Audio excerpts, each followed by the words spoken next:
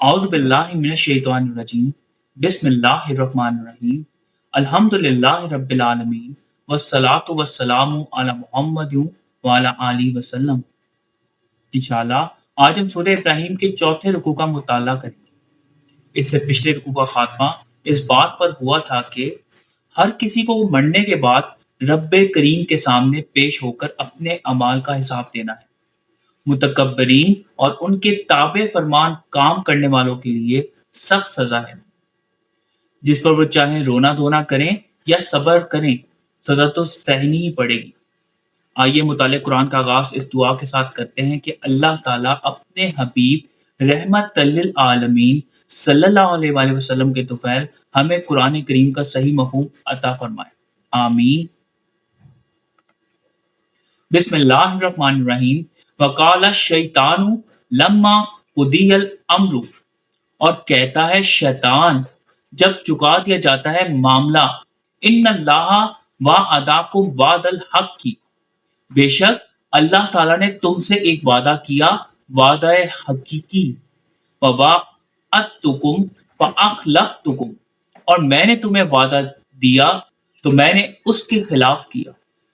وما کان لی علیکم من سلطان، اور میرا تم پر کوئی زور نہ تھا، الا ان دعوتکم فاستجبتم لی، مگر یہ کہ میں نے تمہیں دعوت دی تو تم نے میری دعوت جواباً قبول کر لی۔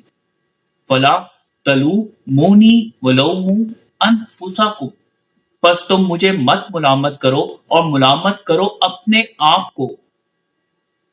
تلومونی لوم سے بنا، تم مجھے برا بھلا کہو، یو کرس می، جب نافرمان اللہ تعالیٰ کے روبرو کھڑے ہوتے ہیں اور ان کے نامہ اعمال کے مطابق فیصلہ سنا دیا جاتا ہے، وہ باہم بحث و مباحثے کے بعد اس حقیقت کو جان لیتے ہیں کہ اس معاملے میں چیخو پکار لا حاصل ہے اور انہیں اپنے کیے کی سزا بھگتنا ہی پڑے گی۔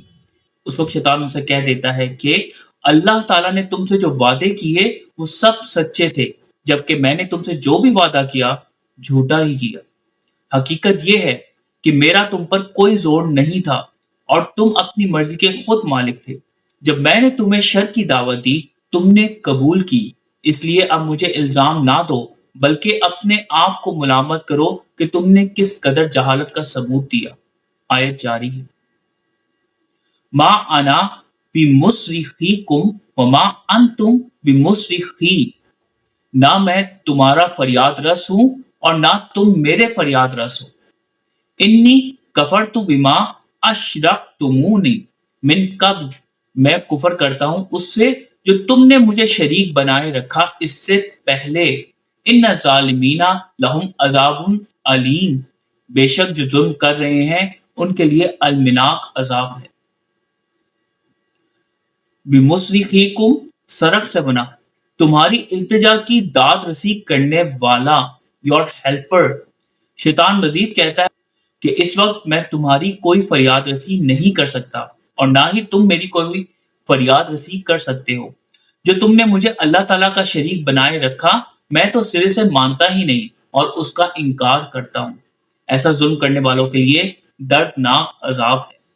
اس حقیقت کا اعلان کئی بار قرآن کریم میں مذکور ہے، اور وہ یہ ہے کہ شیطان انسان کا کھلا دشمن ہے۔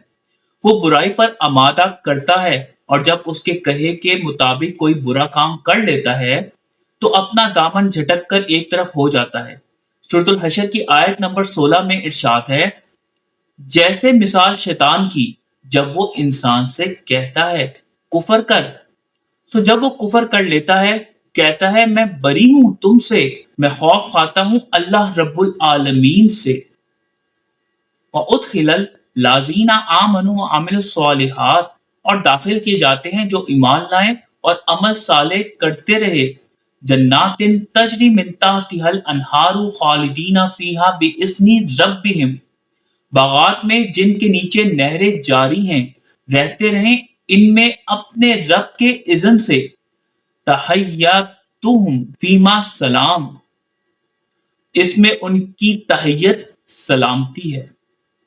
شیطان کے پیروکاروں کے برعکس جو لوگ ایمان لائے اور انہوں نے اعمال صالح سر انجام دیے، انہیں ایسے باغات میں داخل کیا جاتا ہے جن کے نیچے نہریں بہتی ہیں، ہر طرح کی سہولتیں اور نعمتوں کی فراوانی ہے، اور وہ اس جگہ اپنے رب کے اذن سے رہتے رہیں گے۔ ان کا خیر مقدم سلام سے ہوتا ہے۔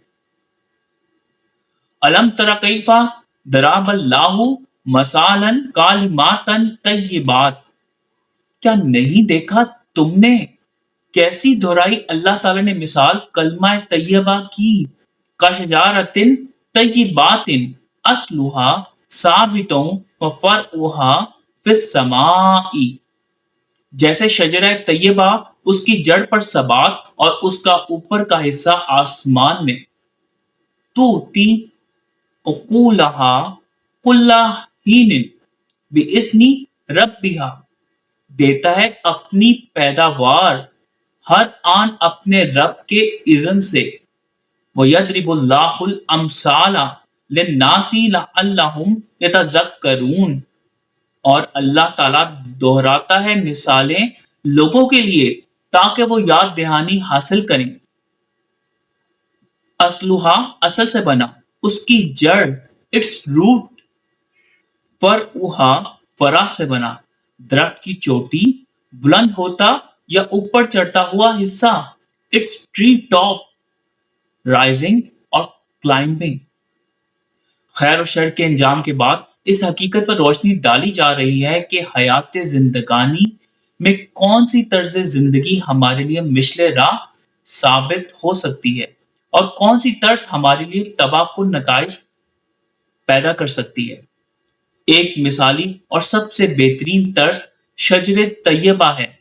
اس کا حال یہ ہے کہ اس کی جڑیں بہت گہری، یعنی بنیادیں انتہائی مضبوط، اور اس کی شاخیں آسمان سے باتیں کرتی ہیں۔ رب کریم کے اذن سے اس شجرہ سے ہر لحظہ خیر اور بھلائی کا ظہور ہوتا ہے۔ اس آیت پہ تفکر کرنے سے یہ معلوم ہوتا ہے کہ شجر طیبہ سے مراد رحمانی طرز و فکر و عمل، یعنی نبی پاک صلی اللہ علیہ وآلہ وسلم اور آل نبی پاک صلی اللہ علیہ وآلہ وسلم کی طرز ہے۔ یہی وہ راہ ہے جسے اپنانے سے دنیا اور آخرت دونوں میں کامیابی حاصل ہو سکتی ہے۔ یہ مثالیں بیان کرنے کا مقصد یہ ہے کہ لوگ پیغام حق کو اچھی طرح سمجھیں، ان پر حق اور باطل بالکل واضح ہو جائے، اور وہ ان باتوں سے سبق حاصل کریں اور اپنی زندگیوں کو اللہ رب العزت اور اس کے حبیب کے رضا کے مطابق ڈھال لیں۔ وَمَثَالُ کَلِمَاتٍ خَبِیثَاتٍ کَشَجَرَةٍ خَبِیثَةٍ، اور مثال کلمہ خبیثہ کی جیسے شجرہ خبیثہ، نجتثت من فوق الارض ما لها من قرار، اکھاڑ پھینکا جاتا ہے زمین کے اوپر سے ہی، نہیں اس کے لیے کوئی قرار۔ اجتثت جسد سے بنا، اکھاڑ لیا جائے، اپ روٹڈ۔ شجرہ طیبہ کے مقابلے شجرہ خبیثہ ہے۔ نام سے ہی ظاہر ہے کہ اس شجرہ کا تعلق ابلیس سے ہے، اور اس سے اس کی شیطانی صفات یعنی برائی، تکبر اور غرور کا ظہور ہوتا ہے۔ قرآن کریم میں اس شجرہ کو شجرہ ملعونہ بھی کہا جاتا ہے۔ سورہ بنی اسرائیل کی آیت نمبر 60 میں ارشاد ہے، اور جب ہم نے آپ سے فرمایا بے شک آپ کا رب احاطہ کیے ہے لوگوں کا، اور نہیں کر دیا ہم نے رویا کو جو دکھایا آپ کو مگر ایک آزمائش لوگوں کے لیے، اور شجرہ ملعونہ بھی قرآن میں، اور ہم خوف دلاتے ہیں انہیں تو نہیں زیادہ کرتا انہیں سوائے ایک بڑی سرکشی کے۔